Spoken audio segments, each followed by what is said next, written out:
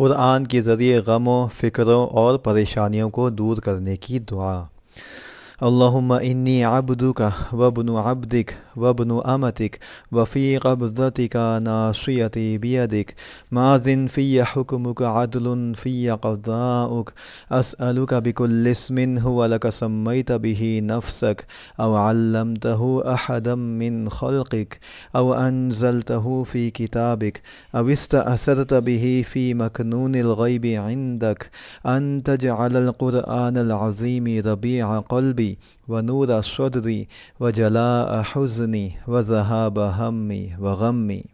ترجمہ مفہوم: اے اللہ، میں آپ کا بندہ ہوں اور آپ کے بندے کا بیٹا ہوں اور آپ کی بندی کا بیٹا ہوں۔ میری پیشانی آپ کے ہاتھ میں ہے، میرے بارے میں آپ کا حکم جاری ہے، میرے بارے میں آپ کا فیصلہ انصاف پر مبنی ہے۔ میں آپ کے ہر اس نام کے ساتھ جو آپ نے اپنے لیے پسند کیا یا اپنی مخلوق میں سے کسی کو سکھایا یا اپنی کتاب میں آپ نے اس کو نازل کیا ہے یا آپ نے اسے اپنے علم غیب میں رکھنے کو ترجیح دی ہے، سوال کرتا ہوں کہ قرآن کو میرے دل کی بہار بنا دیں، میرے سینے کا نور بنا دیں اور میرے رنج، میری پریشانیوں اور میرے غموں کو دور کرنے کا ذریعہ بنا دیں۔